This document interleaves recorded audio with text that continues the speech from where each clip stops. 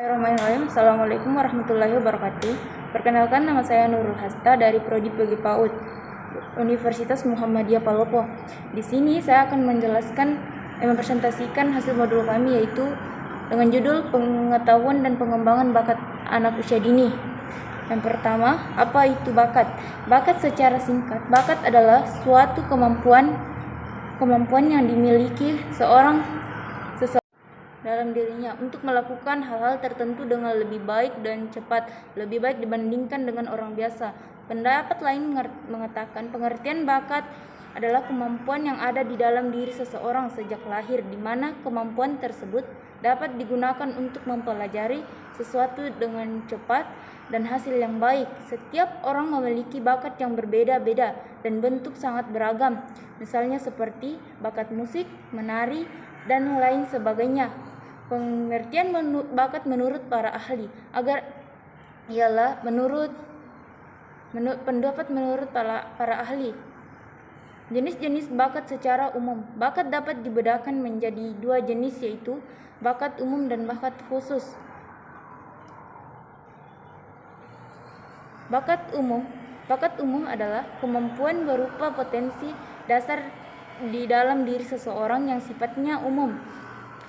Kata lain, bakat umum ini dimiliki oleh setiap individu dan menjadi sesuatu yang lumrah. Contohnya, kemampuan bicara pada anak, kemampuan dalam berpikir pada anak, mampu berjalan atau bergerak, serta mampu menulis dan membaca. Bakat khusus merupakan kemampuan atau potensi yang hanya dimiliki oleh orang-orang tertentu saja.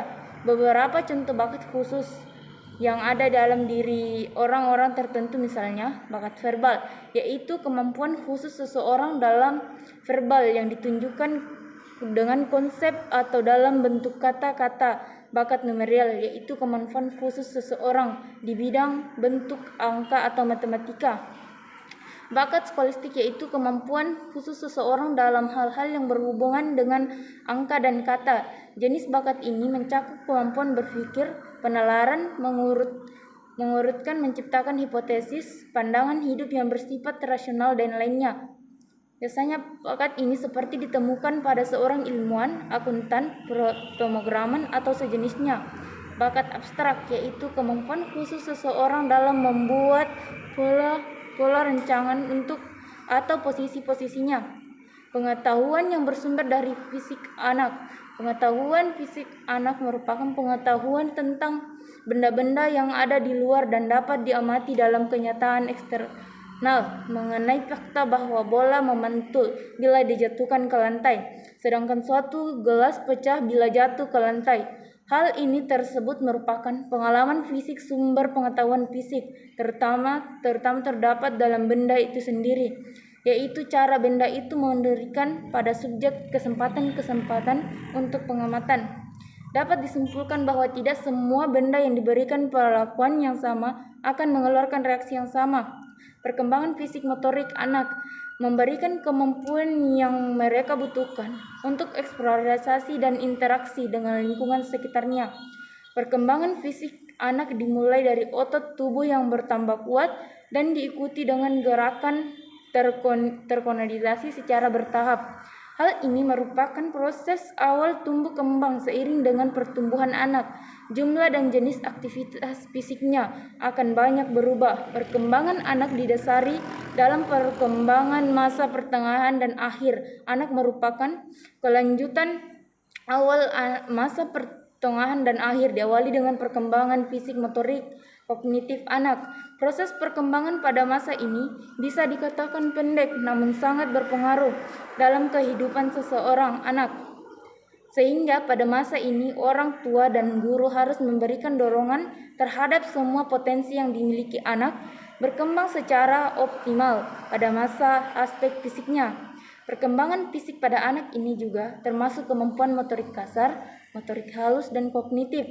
Kemampuan motorik kasar adalah kemampuan gerak tubuh yang menggunakan otot-otot besar, sebagian besar atau seluruh anggota tubuh. Motorik kasar diperlukan anak agar dapat duduk, menendang, berlari, naik turun, dan sebagainya. Kemampuan motorik halus. Motorik halus dibutuhkan untuk kegiatan yang membutuhkan otot halus atau intrinsik pada tangan. Otot-otot tersebut berperan penting dalam kegiatan yang berhubungan dengan tangan dan jari. Kegiatan yang berhubungan dengan tangan dan jari diantaranya sebagai berikut: memegang pensil, menulis, bermain dengan Lego, memotong, mengancing pakaian. Kemampuan kognitif kemerbaka adalah anak dapat berpikir, memahami, dan mengeksplor hal-hal di sekitarnya. Mereka memiliki pengetahuan dan kemampuan yang menyelesaikan masalah. Pengetahuan logika matematika. Pengetahuan logika matematika merupakan basis pengetahuan anak terhadap matematika. Logika matematika yang dimiliki anak bisa mengikuti alur berpikir digunakan untuk mempelajari matematika. Kemampuan mengikuti jalan berpikir ini menjadikan anak bisa mengikuti apa yang diajarkan oleh guru.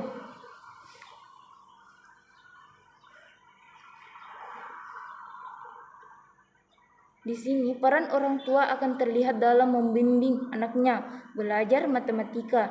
Dalam mempelajari matematika, anak menyenangi suasana pengerjaan yang rileks serta stimulus yang tidak menimbulkan rasa takut sehingga dapat menimbulkan sikap tertarik terhadap matematika. Perkembangan teori mengenai kecerdasan memberikan banyak perubahan yang berarti pada anak yang terkait dalam bidang pendidikan anak. Bentuk logika matematika yang dapat dilaksanakan pada anak: pengenalan angka, pengenalan perbedaan, pengenalan lambang bilangan, pengenalan bentuk geometri, klarifikasi, pengenalan warna. Pengetahuan ilmu sosial. Pengetahuan ilmu sosial anak sangat penting untuk membentuk karakter sosial anak yang memiliki potensi personal, spiritual, sosial, dan intelektual. Ilmu sosial ini bermanfaat memaknai kecerdasan anak dan lingkungannya. Selain itu, juga anak mengenal informasi, mensistematikan pengetahuan tentang diri anak dan lingkungannya. Itulah tadi presentasi saya mengenai modul pengetahuan dan pengembangan bakat anak. Sekian dan terima kasih. Assalamualaikum warahmatullahi wabarakatuh.